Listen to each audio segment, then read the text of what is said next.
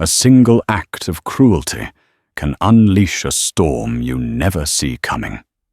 For billionaire Damian Paul, a night of casual sadism was just another Tuesday.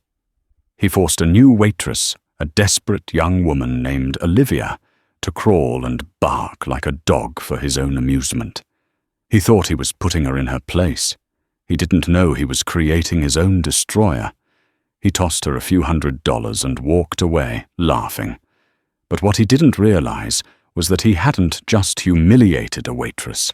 He had just handed the keys to his $3 billion empire to the one person capable of burning it to the ground. The air inside Ethelgard was different. It was heavier scented with money and the kind of power that didn't need to be spoken to be felt. For Olivia Vance, a name she'd shortened to Olivia. For this new life, the air was suffocating. Each clink of silverware against porcelain, each hushed, self-important conversation was a reminder of how far she had fallen. 3 months ago, she was 2 semesters away from a dual degree in computer science and applied mathematics at MIT, her future a glittering horizon of code and algorithms. Now she was adjusting a starched white apron, the fabric stiff and unfamiliar, against her worn jeans. Her mother's diagnosis had been the cataclysm, a rare aggressive form of neurological decay that had dismantled their lives with the same cold efficiency as a virus deleting files. The insurance, which had once seemed so robust, proved to be a flimsy shield against the tidal wave of medical bills. Olivia's scholarships, her grants, her part-time coding gigs, they were all swallowed by the gaping maw of co-pays and experimental treatment costs. Dropping out of school wasn't a choice, it was an amputation to save the body. Ethelgard was supposed to be the tourniquet. The tips alone her friend had promised were more than the weekly salary at any normal restaurant. It was a place where the city's financial gods came to dine, to make deals that shifted markets, and to celebrate victories that would never be printed in the newspapers. All Olivia had to do was smile, be invisible, and refill glasses before they were empty. Vance, table 7. A sharp voice cut through her thoughts. It was Mr. Dubois, the restaurant's major domo, a man whose spine seemed to be forged from Arctic steel. He didn't look at her, his gaze already sweeping the room for imperfections. They're Paul's party. Don't mess it up. He's particular. The name Paul hung in the air like the expensive cigar smoke in the private lounge. Damian Paul, the wunderkind of Wall Street, the titan of Paul Vance Global, a multi-billion-dollar private equity firm he ran with his partner, Marcus Vance. No relation a fact for which Olivia was profoundly grateful. Damian Paul was a fixture in the city's gossip columns, a man known for his brutal business tactics and his even more brutal personal life. He chewed up companies and people with the same detached, predatory glee. Taking a deep, steadying breath, Olivia plastered on the professionally serene smile she'd been practicing in her cracked bathroom mirror. She approached table 7, a plush corner booth, swathed in velvet and shadow. 3 men sat there, their tailored suits costing more than her mother's first round of treatment. Damian Paul was exactly as his photos portrayed him, handsome in a cruel, sharp-edged way, with eyes the color of polished slate, and a smirk that seemed permanently etched onto his lips. To his right was Marcus Vance, older, heavier, with a face that looked perpetually flushed with expensive wine and self-satisfaction. Across from them sat Julian Croft, younger and boyishly handsome, but with a nervous energy that his sycophantic laughter couldn't quite conceal. "A bottle of the Chateau Petrus, 1982, Damian said without looking at her, his voice a low, dismissive drawl. "And don't bother me with the wine list, just bring it." Olivia's mind did a quick calculation. A bottle of that vintage could easily fetch over $10,000. More than she had made in the last 6 months combined. "Of course, sir," she murmured, her voice steady, despite the tremor in her hands. The dinner was an exercise in calculated humiliation. Every request was a thinly veiled command designed to belittle. Her name was never used. She was Waitress U, or simply gestured to with a flick of the wrist. They spoke about their latest acquisition, a tech startup they'd gutted for its patents, laughing about the founder who was now facing bankruptcy. The fool actually cried in the boardroom. Marcus guffawed, wiping a smear of truffle butter from his chin. Begged us to think of his employees. Employees are liabilities, not assets, Damien stated, swirling his wine. Sentiment is the cancer of commerce. He then looked directly at Olivia as she refilled his water glass. Some people just aren't built for this world. They're meant to serve. Right, sweetheart. Olivia's jaw tightened, but her smile remained fixed.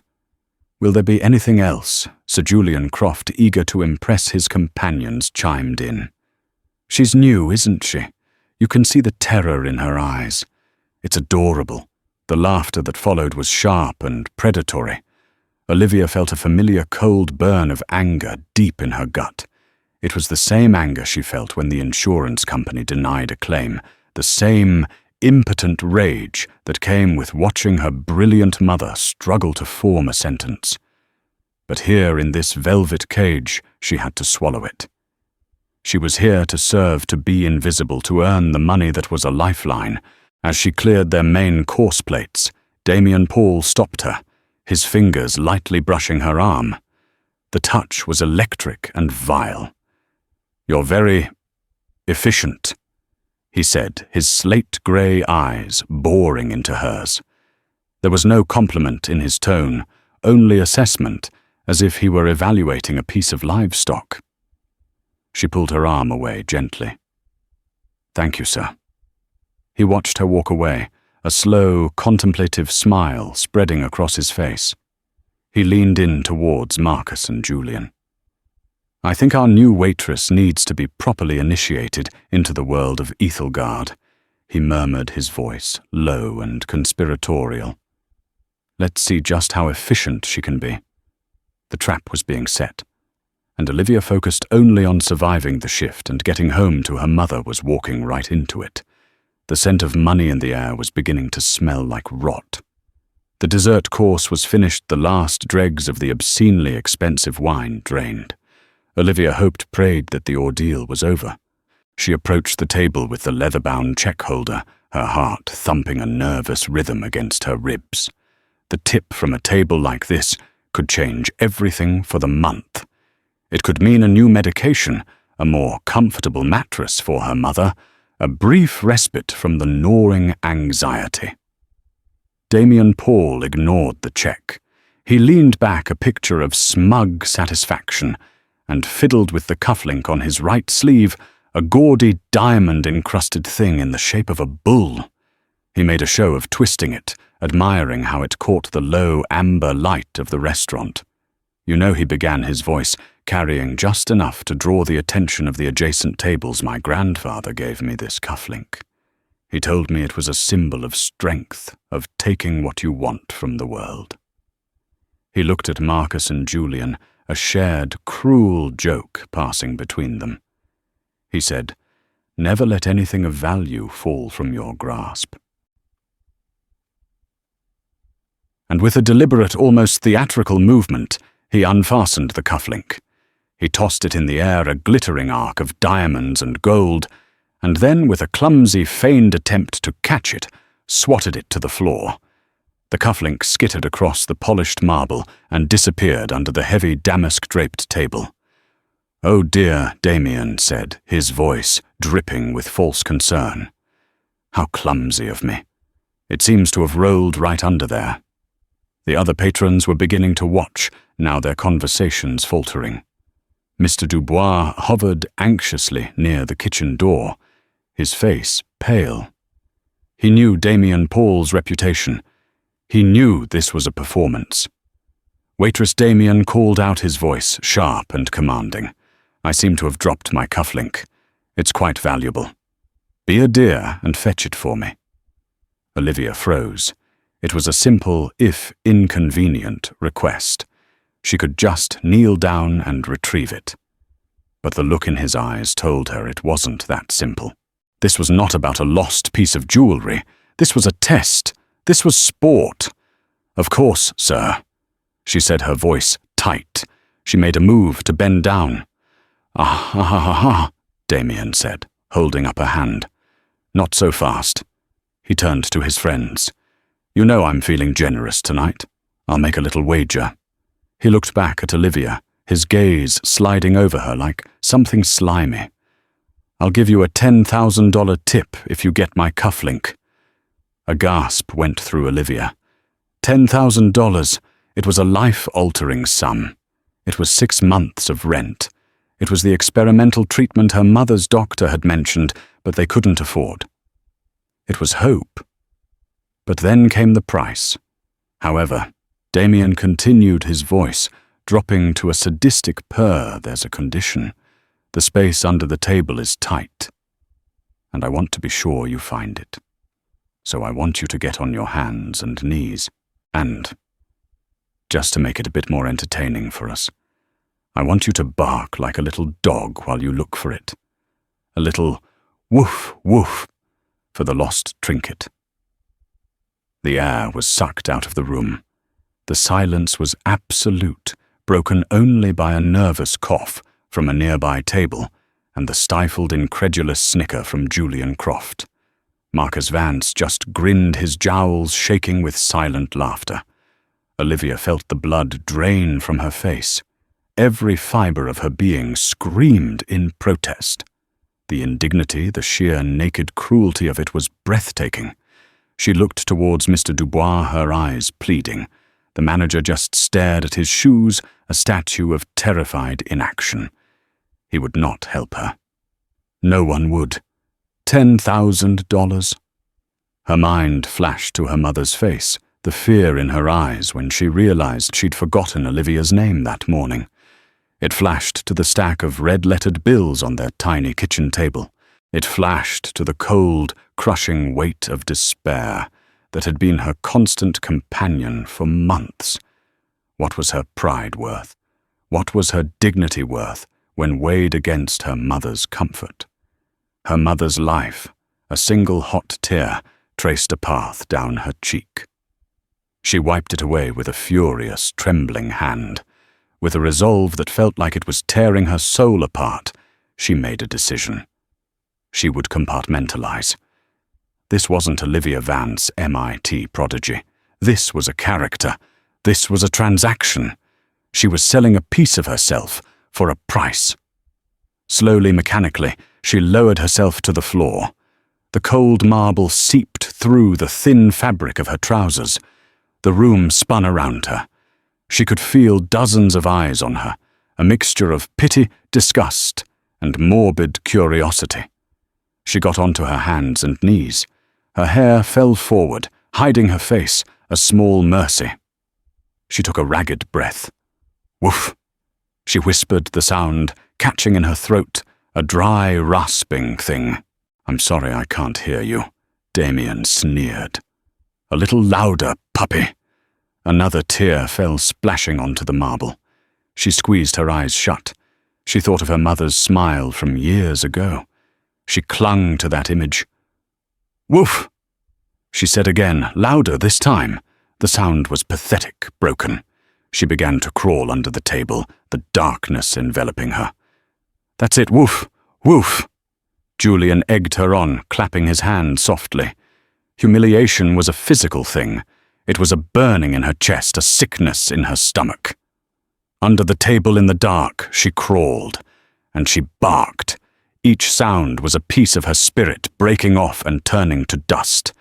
She found the cufflink, its diamonds cold and sharp against her palm. She crawled back out, keeping her head down her hair, a veil. She rose to her feet, her legs shaking, and placed the cufflink on the table without looking at him. Damien Paul and his friends were roaring with laughter. It was a horrible, ugly sound that filled the entire restaurant. Damien, wiping a tear of mirth from his eye, reached into his wallet. He didn't pull out $10,000. He pulled out 4 $100 bills and crumpled them, tossing them onto the table in front of her. "Good girl," he chuckled. "A bit of a pathetic bark, but you get an A for effort." He stood up, followed by his snickering friends. As they walked past her, he leaned in close, his voice a venomous whisper in her ear. "Remember your place. You're here to serve." They left. The $400 lay on the table like a pile of filth. The silence in the restaurant was now one of profound, collective shame. But no one said a word. Olivia stood there frozen, the laughter still echoing in her ears. The transaction was complete. And in that moment, the part of her that had felt shame and humiliation died. It was replaced by something else. Something cold, hard, and terrifyingly clear. It was the birth of a righteous, all-consuming rage. Olivia didn't remember walking home. The city blurred past her, a smear of neon and noise. Her mind was a maelstrom of the restaurant silence, the men's laughter, and the feel of the cold marble on her knees. The 4 crumpled $100 bills were a toxic weight in her pocket. When she finally reached the door of her cramped third-floor apartment, her hands were shaking so badly she could barely fit the key in the lock. Inside, the only light came from a small lamp beside her mother's bed in the living room. Her mother Catherine was asleep, her breathing shallow. Her face, once so vibrant and full of life, was now pale and drawn a roadmap of her illness. The sight of her both broke Olivia's heart and solidified the ice forming in her veins. This was why she had done it. And this was why what came next was not just a choice, but a necessity. She walked past the bed and into her small bedroom, a space dominated by a large desk and 2 glowing monitors. This was her sanctuary, the one place she was not a waitress, not a caregiver, but herself. She sank into her worn office chair and stared at the screen's lines of dormant code waiting like a sleeping army. The humiliation was still there, a raw, open wound. But beneath it, the fury was crystallizing. It was transforming from a hot, chaotic emotion into something cold, logical, and precise. It was becoming an algorithm. Vengeance was no longer a vague desire. It was a project. Project Nemesis. She thought of Damien Paul's words, "Sentiment is the cancer of commerce." He believed in a world governed by ruthless, impersonal forces, where empathy was a weakness to be exploited. He saw people as assets or liabilities. Fine. She would become the ultimate liability. She would use his own logic, his own world against him. She would be as cold, as ruthless, as devastatingly impersonal as the market crash he so arrogantly believed he could control. Flipping on her desk lamp, she pulled out a worn notebook, its pages filled with complex equations and network diagrams from her MIT days. This was not going to be a simple act of revenge. Hacking his bank account or defacing his company website was petty a child's tantrum. What Damien Paul and his friends had done was systemic. They had used their power, their wealth, their entire corporate structure to crush a single powerless person for sport. Her response had to be equally systemic. She wouldn't just hurt him. She would dismantle the very machine that gave him his power. She would deconstruct Paul Vance global piece by piece until nothing was left but rubble. For the first time in months, the crushing weight of her circumstances began to lift, replaced by a surge of adrenaline, of purpose. The girl who had crawled on the floor of Ethelgard was gone. In her place sat a ghost, a programmer with a singular, all-consuming objective. Her fingers flew across the keyboard, the clicks echoing in the silent apartment. She began by building a fortress. She created a new digital identity, a phantom that existed only on the deep web, routed through a labyrinth of encrypted servers from Estonia to Brazil. She called this identity Nemesis. Nemesis had no past, no name, no physical presence. Nemesis was pure information, a vengeful spirit in the machine. Then she turned her attention to her targets. Damien Paul, Marcus Vance, Julian Croft, Paul Vance Global. She wasn't just a waitress anymore. She was a hunter, and this was her hunting ground. The humiliation had been the price of admission. The $400 crumpled in her pocket wasn't a pathetic tip. It was seed money for the war she was about to wage. She worked through the night, fueled by black coffee and a righteous fury that burned brighter than any star. She pulled up the public financials of Paul Vance Global. She read their SEC filings, their shareholder reports, their glossy, self-congratulatory press releases. To a normal person, it was a wall of corporate jargon.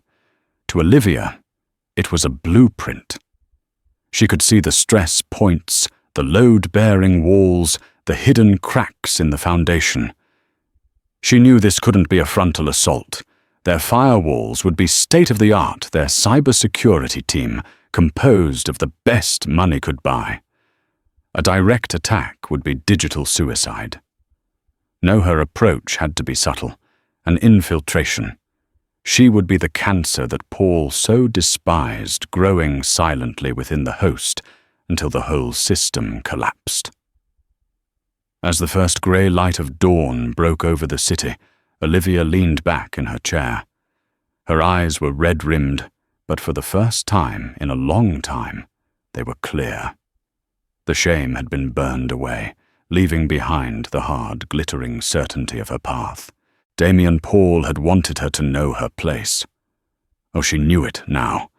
Her place was behind a keyboard, in the heart of his digital empire, pulling the strings that would lead to his ruin.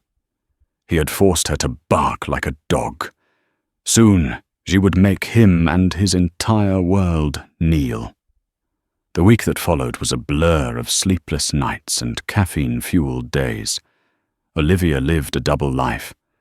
By day, she was the devoted daughter tending to Catherine, administering her medication, reading to her from worn paperbacks as her mother drifted in and out of lucidity.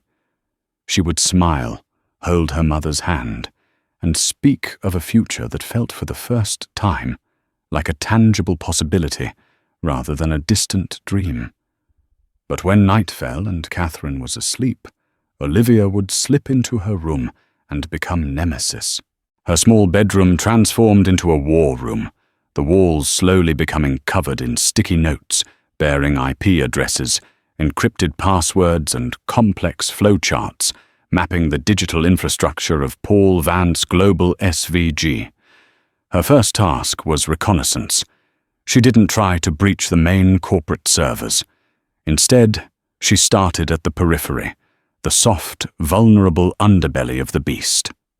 She targeted the third-party vendors, the catering companies that supplied their corporate lunches, the cleaning services that maintained their pristine offices, the private aviation firm that managed their fleet of jets.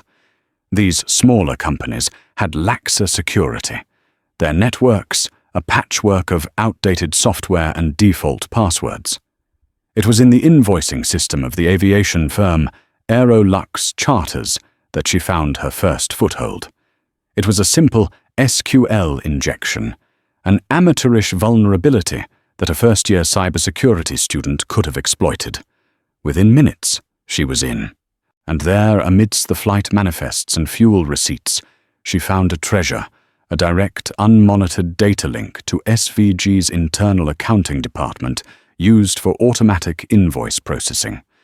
It was a digital back door left wide open. From that small crack, she began to weave her web. Patiently, meticulously, she escalated her privileges, moving like a phantom through their systems. She didn't steal money or delete files. Her goal was far more ambitious. She wanted to listen, to learn to understand the rhythm and language of the empire before she silenced its heart. She gained access to their internal email servers, setting up filters to flag emails from Paul Vance and Croft. She watched their communications, the casual arrogance, the brutal dismissal of underlings, the veiled references to deals that skirted the edges of legality. They were exactly who they appeared to be, only worse. She discovered their grand ambition, the project that consumed their every waking moment, the acquisition of Viridian Dynamics, a pioneering German tech firm specializing in quantum computing. The deal was worth billions and was set to be the crowning achievement of Paul's career, the move that would elevate SVG from a mere private equity firm into a global technology powerhouse. The merger was their future, and Olivia knew with a cold, thrilling certainty that it was the key to their destruction. She delved deeper, moving from the email servers to their encrypted financial records. Here the security was far tighter, but Olivia had an advantage. She wasn't trying to break the encryption from the outside. She was already inside the house. She wrote a small, elegant piece of malware, a keylogger disguised as a routine security update. It was a ghost program designed to capture keystrokes only when specific high-level financial applications were opened and then erase its own presence. She deployed it on the computer of SVG's chief financial officer, a man named Arthur Gable. Then she waited. 3 days later, she hit the jackpot. Gable, working late to prepare documents for the Viridian deal, logged into the company's deepest, most protected server, the repository for their offshore holding accounts. Olivia watched her heart pounding as the keylogger captured the passwords, the access codes, the names of shell corporations in the Cayman Islands and Switzerland. It was all there. A complex, deliberately obfuscated system designed for one purpose: to hide money. Not just to avoid taxes, but to conceal profits from ventures that were far from legitimate. She found evidence of pump-and-dump schemes of insider trading on a massive scale, of manipulating markets to bankrupt smaller competitors before buying their assets for pennies on the dollar. They weren't just corporate raiders, they were financial criminals of the highest order. This was the ammunition she needed. But dumping it all at once would be chaotic, and they might even spin it as a smear campaign by a corporate rival. Her revenge had to be a work of art. It needed precision timing and a touch of poetic justice. She began to formulate a multi-stage plan. Phase 1 sowed doubt. She had to chip away at the monolithic confidence that surrounded Paul Vance Global.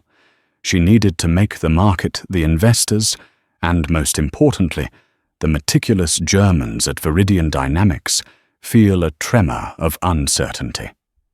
Using her anonymous nemesis persona, she created a secure, encrypted email account. She drafted a short, cryptic message. It contained no direct accusations, just a single unsettling question, and a fragment of a transaction code she had pulled from their offshore accounts. She sent it to Bethany Tran, a sharp, famously tenacious financial reporter at the Wall Street Journal, known for her deep dives into corporate malfeasance. The message read, "Subject a loose thread. At SVG. Ask Damien Paul why transaction ID, your 7A3B L4, leads to a holding company with the same board members as the regulatory official who just approved their last merger. Pull the thread." And she hit send. The first stone had been thrown. It wouldn't break the fortress walls, not yet, but it would send a crack spider-webbing across its perfect, polished facade. The digital web was woven. Now it was time to wait for the flies to start struggling. Bethany Tran was not a journalist who ignored anonymous tips. In her experience, the most explosive stories often began with a whisper. The email from N was different. It wasn't the usual rambling conspiracy theory. It was specific, concise, and contained a verifiable data point. It felt professional. She spent 2 days pulling public records, cross-referencing corporate filings, and calling sources deep within the financial sector. The thread unraveled exactly as the anonymous source had predicted. The regulatory official hadn't broken any laws, not technically, but the ethical lines were so blurred as to be invisible.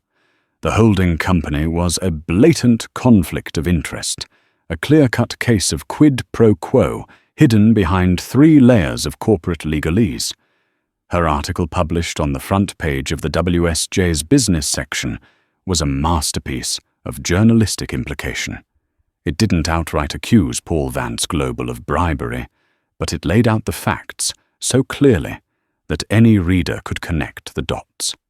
The headline was devastatingly simple: Viridian Merger Partner, SVG faces questions over regulatory ties. The effect was immediate.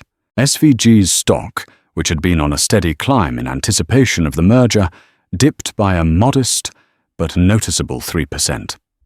It wasn't a catastrophe, but it was a bleed. More importantly, it was a public relations nightmare. In his penthouse office overlooking Central Park, Damien Paul threw his tablet against a bulletproof glass window. It shattered the screen spider webbing into 1,000 pieces. "Find out who this is!" He roared at his head of security, a former Mossad agent named Kale. "Find out who is leaking to the press and destroy them. I want their career, their reputation, their life in ruins." Marcus Vance paced the expensive rug, his face a blotchy red. "The Germans are calling Damien.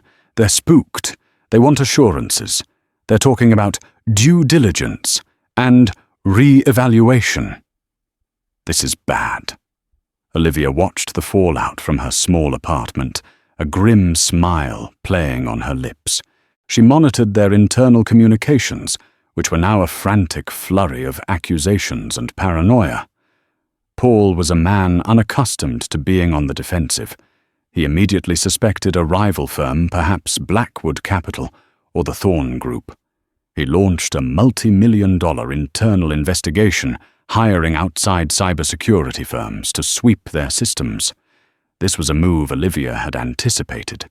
The security firms were good, but they were looking for a bull in a china shop, a hacker who had smashed their way in. She was a virus dormant and invisible. Her keylogger had already done its work and erased itself. Her access point through the aviation firm was so obscure, so mundane, that they overlooked it completely, focusing their efforts on the main corporate firewalls she had never touched. While they were fortifying the front gate, she was already living in the master bedroom. Now it was time for Phase 2, psychological warfare. She needed to amplify their paranoia and turn them against each other. She focused on the weakest link, Julian Croft.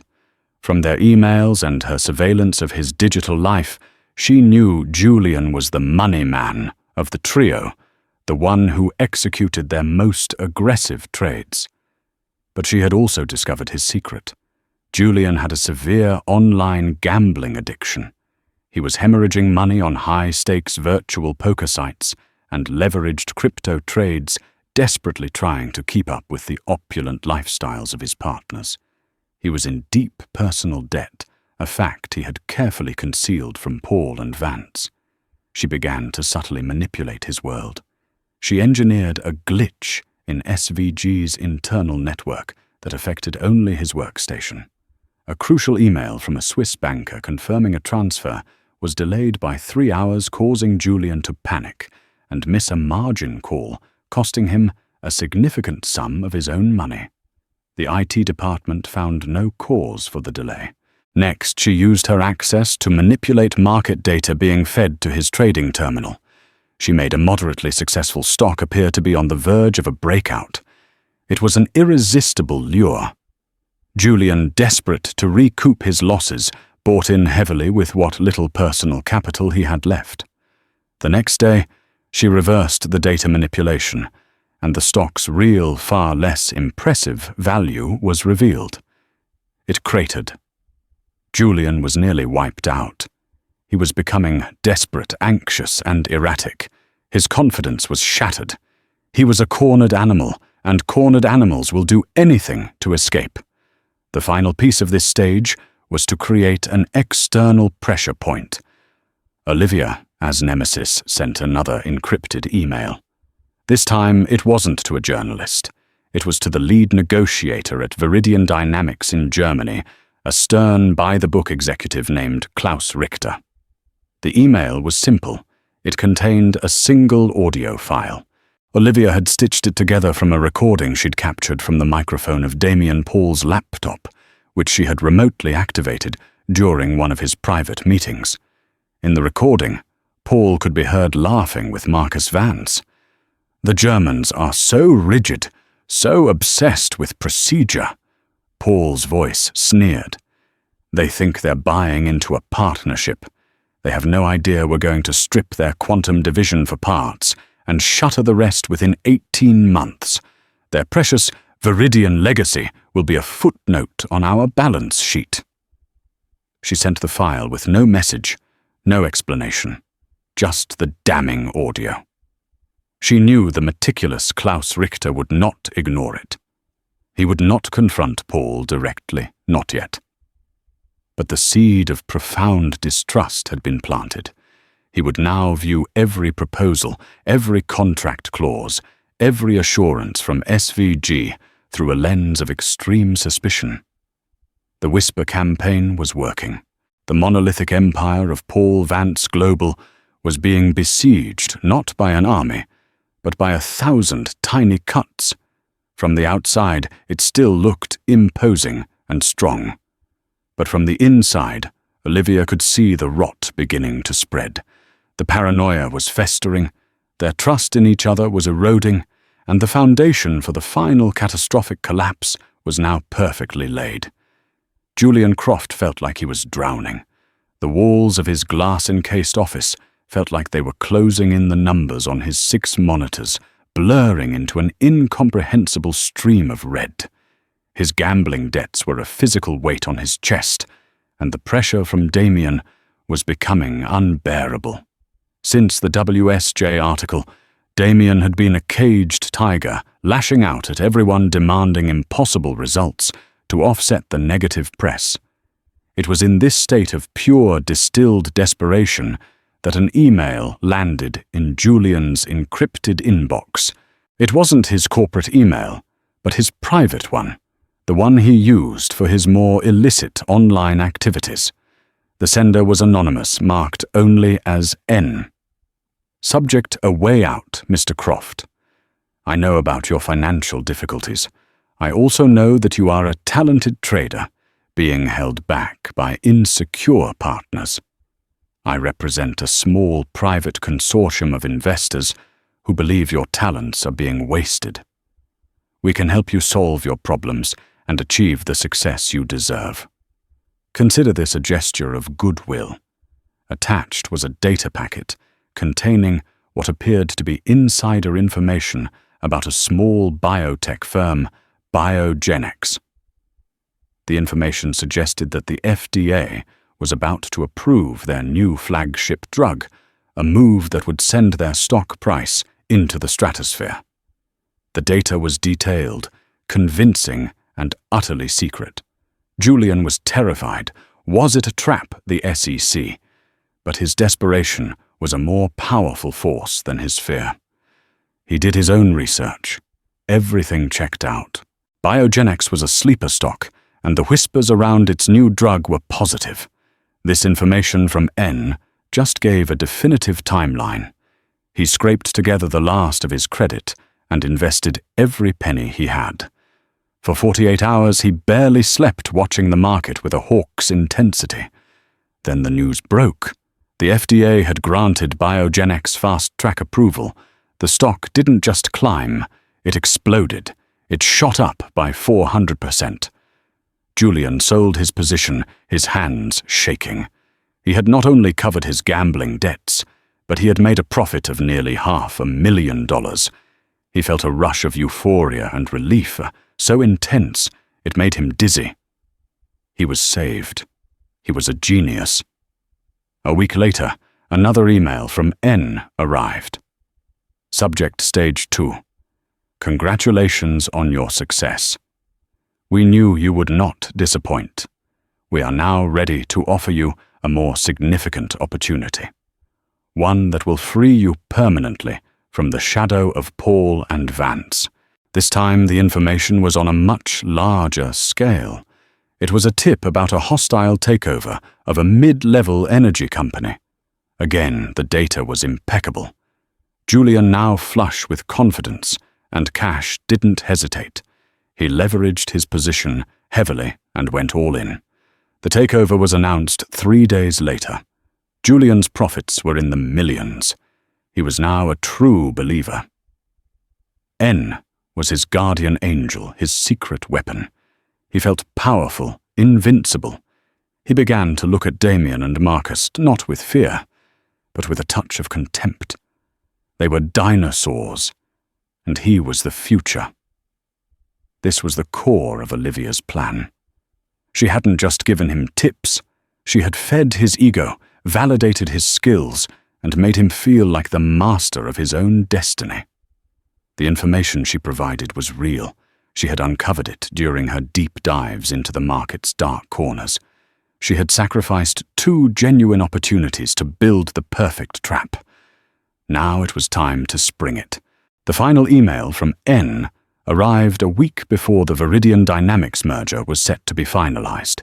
The Germans were still hesitant, their lawyers scrutinizing every detail, but Paul's immense pressure and a sweetened offer were slowly winning them over. The deal was on the brink of success. Subject the masterstroke. Julian. This is the one we have been waiting for. The opportunity of a lifetime. It is complex, but the rewards are immense. This will not just make you wealthy, it will make you a legend. It is also time-sensitive and requires absolute secrecy, especially from your partners. They are compromised by the ongoing investigation. This move must be yours and yours alone. The email laid out a complex, multi-layered trading strategy.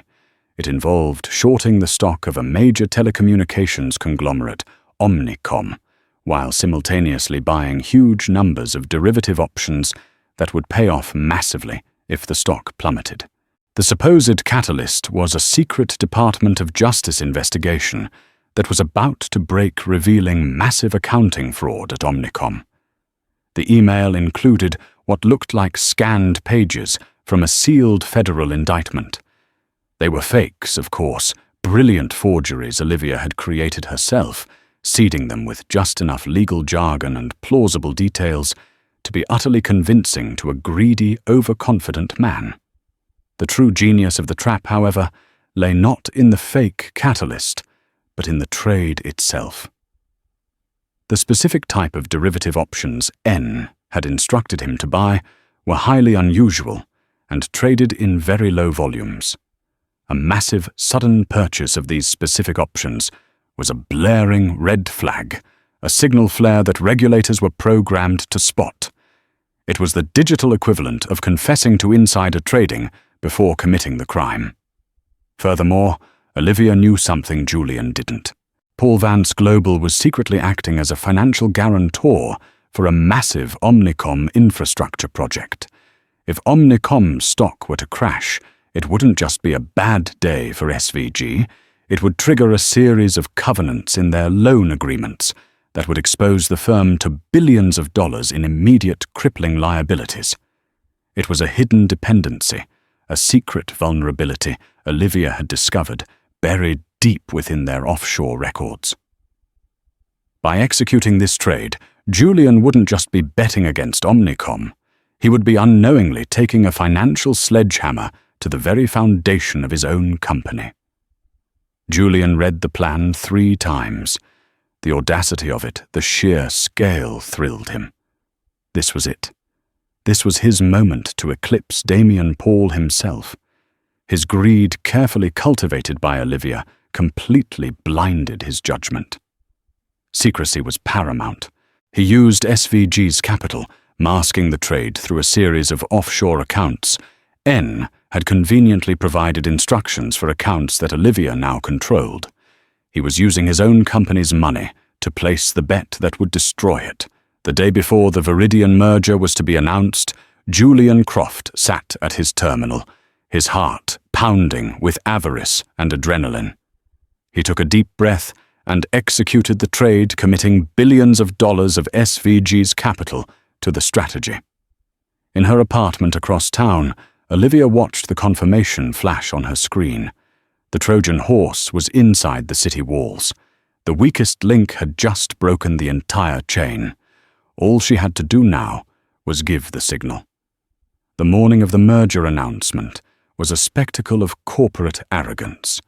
Paul Vance Global had booked the grand ballroom at the Pierre Hotel, filling it with journalists, investors, and Wall Street elites. A massive banner bearing the logos of SVG and Viridian Dynamics hung behind a polished mahogany podium. Damian Paul stood at that podium, radiating smug triumph. He was on the verge of his greatest victory, a deal that would cement his legacy. Today marks not just a merger of two companies. Damian began, his voice smooth and confident, resonating through the opulent room, but the dawn of a new era in technological innovation. Across town, in her small apartment, Olivia Vance initiated the final sequence. It was a digital waterfall, a perfectly timed cascade of events designed for maximum irreversible devastation. At precisely 10:05 a.m. EST, as Damian was waxing lyrical about synergy and future growth, her first command went out. A massive data dump containing every piece of incriminating evidence she had collected, the offshore account, details, the records of market manipulation, the proof of insider trading, the damning audio of Paul's conversation, was released simultaneously. The recipients were the SEC, the FBI's white-collar crime division, the IRS, and every major financial news outlet on the planet, including Bethany Tran at the Wall Street Journal and her counterparts at Bloomberg and Reuters. At 10:06 a.m., her second command executed.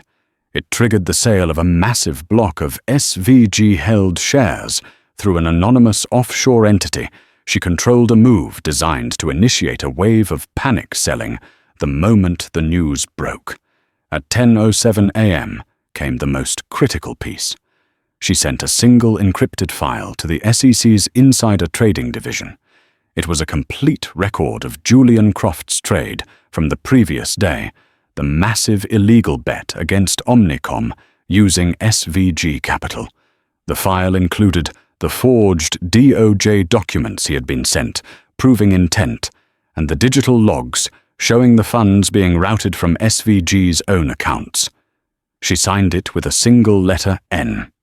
Back at the Pierre, the first sign of trouble was a quiet ripple in the audience. A few reporters in the front row were suddenly staring at their phones, their eyes wide. A Bloomberg correspondent abruptly stood up and walked briskly out of the ballroom, speaking urgently into his phone. On the large screens flanking the stage, the live feed of SVG's stock price, which had been proudly displayed in green, flickered. Then it turned red. It began to drop slowly at first, then with terrifying speed. A low murmur spread through the room. Damian paused, a flicker of annoyance on his face. He looked to Marcus Vance in the front row, who simply shrugged, a confused and worried expression dawning on his face. Then Bethany Tran's phone buzzed. She looked down, read the alert from her own newsroom, and a look of stunned comprehension crossed her face. Her headline had just gone: live SEC launches, major investigation into Paul Vance Global, amid massive data leak alleging widespread fraud. The dam broke. Phones buzzed and chimed throughout the ballroom. The murmur became a roar. Reporters were shouting questions. Investors were scrambling for the exits, their faces masks of panic. Klaus Richter, the CEO of Viridian Dynamics, who was sitting on stage, was handed a tablet by a frantic aide. He read the screen, his face turning from stern to ashen grey. He stood up, walked to the podium, and unceremoniously pushed a stunned Damian Paul aside. Viridian Dynamics, Richter announced, his voice shaking with fury, "is hereby and immediately terminating all negotiations with Paul Vance Global. We were misled. We will be cooperating fully with the authorities." He stormed off the stage without a backward glance. The bottom fell out. The SVG stock ticker on the screen was now a waterfall of red, plummeting in real time. It was a full-scale market hemorrhage. But the worst was yet to come. The massive illegal short position Julian had taken against Omnicom was now public knowledge, but the DOJ investigation he had banked on never materialized because it didn't exist. Omnicom's stock held steady. The billions of dollars in derivative options he had bought expired worthless. Simultaneously, the news of SVG's potential collapse triggered the very covenants Olivia had discovered. SVG was now on the hook for billions in Omnicom-related liabilities that had to be paid immediately. It was a perfect storm. They had been bled from the inside by a catastrophic bad bet, and from the outside by a market that had lost all faith in them. The company wasn't just failing, it was imploding. In the midst of the chaos in the ballroom, Damian Paul's phone rang. It was his head of security. Sir Cale's voice was grim. "There are federal agents in the lobby. They're coming up." Damian dropped the phone. The room was spinning. His empire, his life's work, everything he had built had evaporated into thin air in the space of 10 minutes. He looked out at the sea of chaos, the flashing cameras, the panicked faces, and he couldn't understand. How it was impossible. It was a perfect surgical strike that had severed every artery of his company at once. As two stern-faced FBI agents walked onto the stage and approached him, Damian's mind raced. This wasn't a rival. This wasn't a market fluctuation. This was an assassination, and he had no idea who had pulled the trigger. The weeks that followed were a blur of headlines, indictments, and ruin. Paul Vance Global was dismantled by bankruptcy courts and federal receivers. Its assets were frozen, its offices shuttered. Marcus Vance, facing his own set of charges, turned state's evidence, giving prosecutors a detailed account of 2 decades of corporate malfeasance in exchange for a lighter sentence. Julian Croft, ruined and facing a long prison term for securities fraud, was a broken man, a cautionary tale whispered on Wall Street. Damian Paul bore the brunt of it.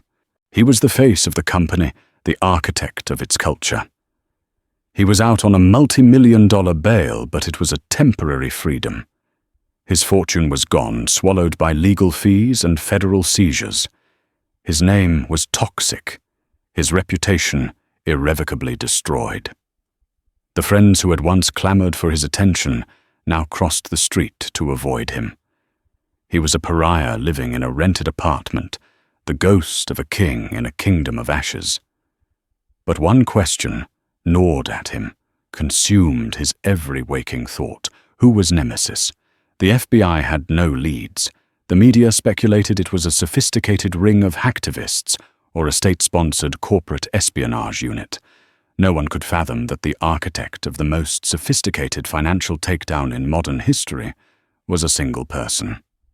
Driven by a desperate need for answers, Damian used the last of his non-frozen funds to hire a private investigator, a former cybercrimes detective, with a reputation for finding ghosts in the machine. The investigator spent weeks sifting through the digital wreckage. He found nothing, no trail, no breadcrumbs left by the phantom hacker. But he did find one anomaly, one tiny, insignificant detail that everyone else had missed. On the night of the initial WSJ leak, a single low-priority security flag was logged. It was a minor breach in the network of a third-party vendor, Aerolux Charters, originating from a residential IP address in a lower middle-class neighborhood downtown. It had been dismissed as irrelevant. To Damian, it was the only thread he had. He took the address and went himself. He found himself standing outside a run-down apartment building, a world away from the gleaming steel and glass towers he once inhabited. He found the apartment number and knocked. The door was opened by a young woman. She looked familiar, but he couldn't place her. She wore a simple sweater and jeans, her hair tied back. Her expression was calm, her eyes clear and steady. It was the waitress from Ethelgard. It was Olivia. Recognition dawned on him, followed by utter, profound confusion. "You," he stammered. "I remember you." "The restaurant?" "Yes," Olivia said, her voice even. "I remember you, too. Please come in." He stepped into the small, clean apartment. A woman slept peacefully in a hospital bed in the corner of the living room. On a large desk in the other corner, 2 dark monitors sat like silent monoliths. The pieces began to click into place in Damien's mind, but the picture they formed was so insane, so impossible that he couldn't accept it. "What is this?" he demanded, his voice a hoarse whisper. "What did you do?" "I did what you taught me to do," Olivia said, pouring 2 cups of tea as if he were any other guest. She handed one to him. His hand trembled. "You taught me that the world isn't run by sentiment. It's run by systems, by assets and liabilities. You taught me that some people are meant to serve and others are meant to take. You just made a mistake in your assessment of which one I was." She sat down opposite him, her composure utterly unnerving. "You and your friends built an empire on the belief that you were untouchable, that people like me were just ants to be crushed for sport. You never imagined that one of those ants might know how to rewrite the code of the entire anthill." She laid it all out for him, not in anger, but with the cold, detached clarity of a systems analyst delivering a post-mortem report. She told him about the back door through the aviation firm, the keylogger, the psychological manipulation of Julian, the timing of the data dump, the trap she'd laid with Omnicom. She explained how she had turned their own greed, arrogance, and corruption into the weapons of their destruction. Damien listened, his face draining of all color. The sheer scale of it, the cold, brilliant precision of her vengeance, was beyond his comprehension. This girl, this waitress he had tried to break for a laugh, had single-handedly orchestrated his apocalypse. Why, he finally managed to ask the word, choked with disbelief. Why go to all this trouble for what? A stupid joke? A cufflink? Olivia took a slow sip of her tea. She met his gaze, and for the first time he saw the steel beneath her calm exterior. It was the look of a judge delivering a final sentence. "You held up a $10,000 tip and offered it to me in exchange for my soul. You thought that was my price. But you never paid," she said, her voice dropping to a near whisper, each word a shard of ice. "So I decided to collect. Your company was valued at just over $3 billion before the announcement. My mother's outstanding medical bills and future care came to about $2.8 million. I took what I needed to cover, that plus a little extra for a charitable foundation I'm starting. Consider the rest of the $3 billion the price of the cufflink. Consider it my tip." The full weight of his actions, of that one night of casual, thoughtless cruelty, crashed down upon him. He saw it all in that moment, the sneer on his face, the laughter of his friends, the broken look on her face as she crawled on the floor. He hadn't just dropped a cufflink. He had triggered a landslide. He had created his own nemesis. He stood up, dazed, and stumbled out of the apartment. He was a man who had lost everything, and now finally he understood why. He was left with nothing but the echoing memory of a dog's bark and the quiet, devastating finality in a waitress's eyes. The collapse of Paul Vance Global became a Wall Street legend, while the mysterious nemesis remained an enigma the FBI could never solve. The truth was known only to a ruined billionaire and the woman he had tried to break. For Olivia, however, This was not an end, but a beginning. Her first act was to use the untraceable funds to move her mother into a state-of-the-art neurological facility, ensuring her comfort and dignity. The crushing weight of medical bills was gone forever. With the remaining capital, she anonymously established the Nemesis Foundation, an organization dedicated to funding the legal battles of those abused by the powerful. It was the antithesis of SVG, a force for justice built from the ashes of greed. Olivia herself vanished, moving to a new city to live a quiet, unassuming life. Her days were for her mother, but her nights still belonged to the glow of her monitors. She no longer sought to destroy, she sought to protect. As Nemesis, she was now a silent guardian, occasionally leaking a tip to journalists or regulators to expose corruption before it could take root. She had taken the worst moment of her life and transformed it into a powerful force for good, rewriting her own story, from victim to the silent architect of a fairer world. This story is a stark reminder that dignity is not a commodity, and that underestimating someone can be the most expensive mistake you ever make. Olivia's journey from a humiliated waitress to a harbinger of justice shows us the incredible power that lies dormant in those who are pushed to the brink. It proves that the most formidable weapon isn't wealth or status, but a brilliant mind fueled by an unbreakable will. What Damian Paul saw as a powerless victim was in reality the architect of his demise.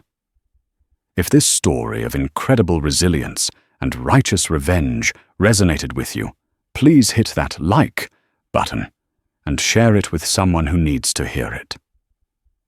Don't forget to subscribe and turn on notifications so you won't miss our next tale of justice served. What did you think of Olivia's ultimate revenge? Let us know in the comments below.